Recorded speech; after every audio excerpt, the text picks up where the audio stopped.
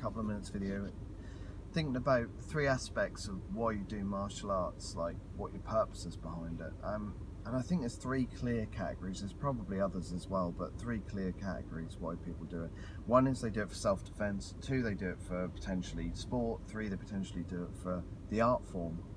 Now, when I think about this, like when I was younger, all I wanted to do was competitive combat sports, and that's all I wanted to do, and I was highly competitive. But actually, deep down, I was never really a competitive fighter. I never really wanted that, but I did that because I felt I had to do that to gain legitimacy in martial arts. I had to test everything, which is probably a good way of understanding. Bear in mind, we're talking, you know, pre 2000, 2001, and you say about 2000, 2001, where MMA had really developed a formula of what works reliably in most combat situations. Not all, but most. And so I was still piecing things together, and this was in my sort of teens to like early 20s, so it's one of those things that sorry, yes, the windscreen wipers in the background, I can't turn them off because they're automatic. Well, maybe I can. Let's try that. No, it's activated. Deactivated. Right.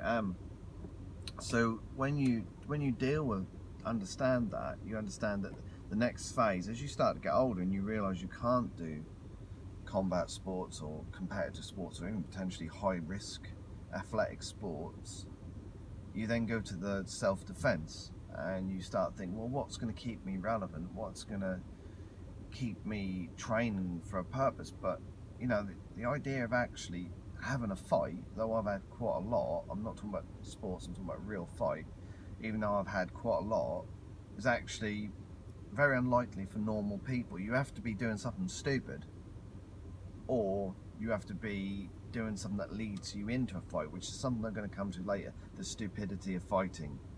Yes, so my eyes go wide when I think of that. Because it is, you know, if you're having a lot of street fights, then clearly you're getting something wrong. You really are in life, because most normal people don't. Now, you can argue if you grow up in the wrong area, you're around the wrong crowd, then you can say there's an argument for that, but you got to be making some decisions to stop that. But then you also start to realise, really, there's the art form then, okay? And so if I'm not a competitive fighter anymore, I'm very unlikely to have a fight, though it could happen, I'm very unlikely. And there's a lot that I can do to avoid that. Then what have I got left? Well, then you've got the art form for health, for physical development, for memory, for cognitive development, for to keep the skills like working still in some level.